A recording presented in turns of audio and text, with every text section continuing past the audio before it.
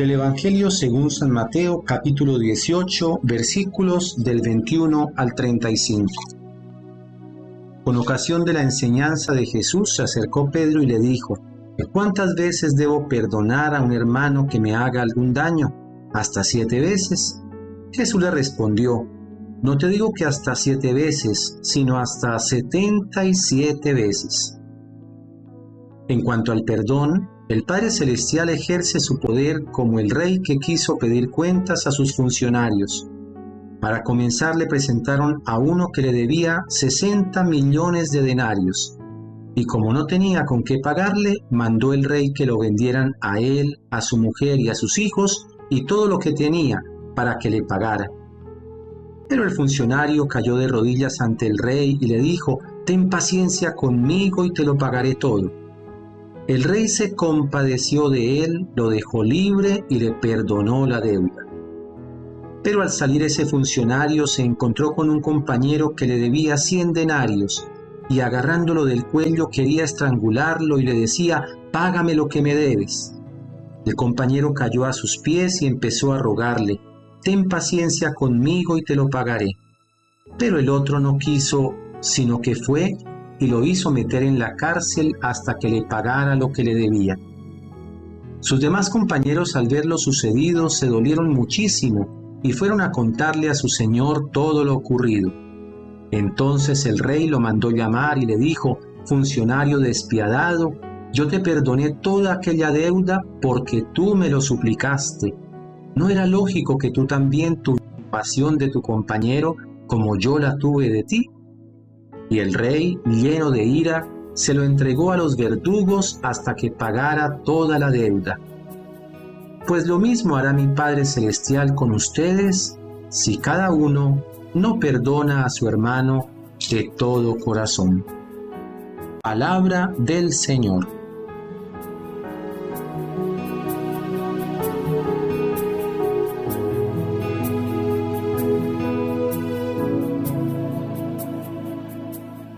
¿Cómo hacer vida esta palabra? En mi ministerio quiero fabricar pecadores.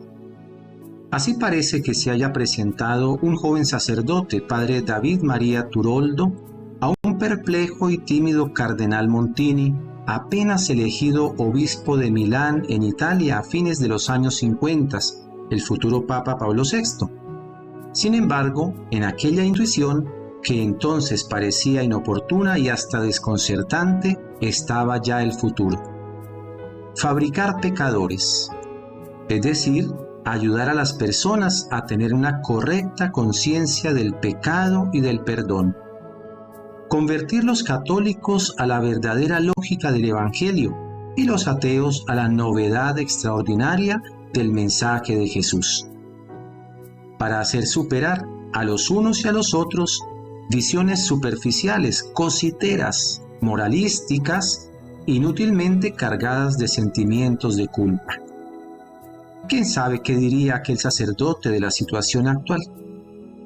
De este creciente sentido de malestar que atraviesa el occidente, que confunde la bondad con el buenismo, que abandona la fe cristiana para abrazar la laicísima fe de lo políticamente correcto, que hace del perdón una emoción de donar de cualquier manera, que justifica la violencia verdadera y el populismo agresivo y grosero, pero pretende el perdón para sí.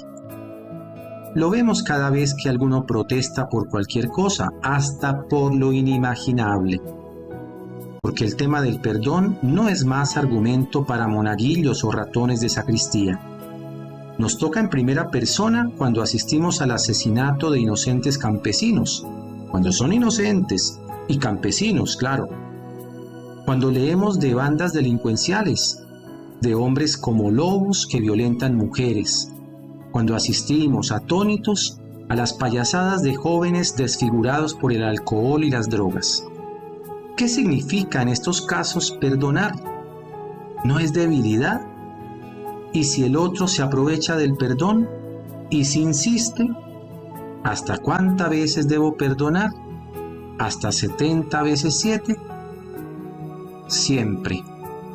Históricamente en la Biblia, el grito horrible de Lamec, hijo de Caín, que amenaza con asesinar 70 veces 7 por el resentimiento, es atenuado por la ley del talión, que pone al menos un freno a la rabia, introduciendo un criterio de proporcionalidad en la venganza.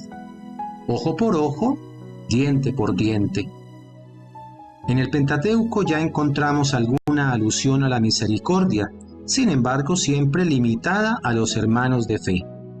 Pedro en el Evangelio de hoy quiere exagerar, proponiendo perdonar hasta 7 veces. Tierno, 7 veces. Como si el amigo que hemos apenas perdonado por hablar mal de nosotros volviera después de 10 minutos y nos dijera que nuevamente lo hizo. Lo perdonamos y Jesús estimula 70 veces 7, es decir, siempre. ¿Por qué? Porque nosotros somos perdonados primero y con tal amplitud y generosidad que no podemos sino perdonar. El pequeño crédito que tenemos hacia los hermanos es nada respecto a la deuda monstruosa que hemos contraído con Dios y que Él ha cancelado. La deuda del siervo es deseadamente absurda. Un talento equivale a 36 kilos de oro. 10.000 talentos es una cifra inimaginable. Nunca hubiera sido saldada. Sin embargo, aquella deuda viene condonada, no así la deuda del otro siervo que, debiendo una cifra consistente al colega, 200 jornales, no tiene cómo pagar. La reacción del patrón es feroz. Eres llamado a perdonar porque te ha sido condonado mucho más. He aquí la razón del perdón cristiano. Perdono a quien me ofendió porque yo soy primero un perdonado. No perdono porque el otro mejore o se convierta o se haga tierno. A veces el otro ni sabe que ha sido perdonado y puede despreciar mi gesto. No perdono porque el otro cambie, sino porque yo tengo urgente necesidad de cambiar. El perdón me sitúa en una posición nueva, distinta.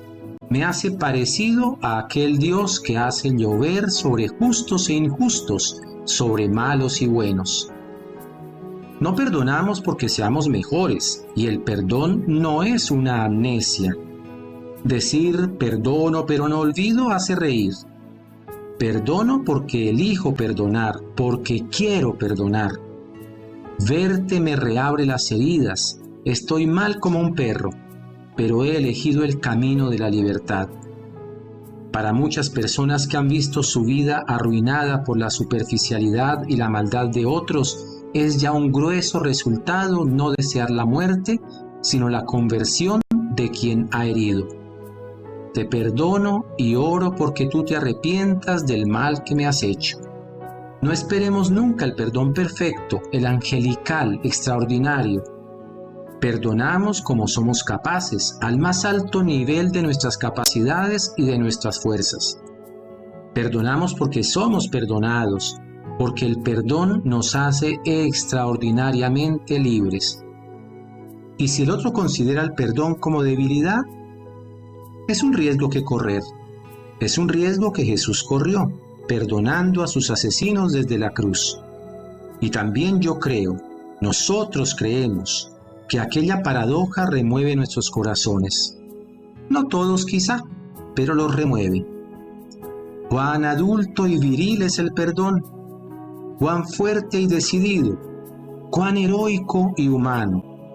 Tenemos necesidad de dar y recibir el perdón, de vivir como hijos de la reconciliación, de aceptar el perdón de los otros sin reivindicaciones ni rencores, de pedir perdón admitiendo nuestro límite.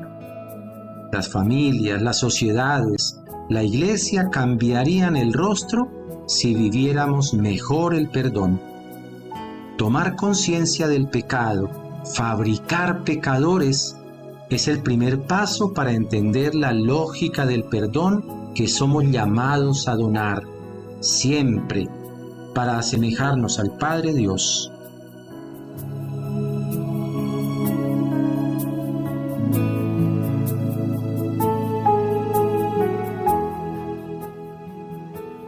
Oremos. Padre misericordioso, que nos has permitido llegar al inicio de este nuevo día, guárdanos hoy con tu amor para que no caigamos en pecado. Antes bien, todos nuestros pensamientos, palabras y obras se dirijan a cumplir tu santa voluntad.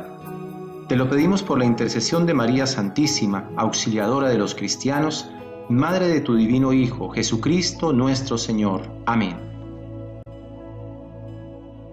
Acojamos pues el regalo de Dios y su invitación a vivir este día tomados de su mano y en su presencia.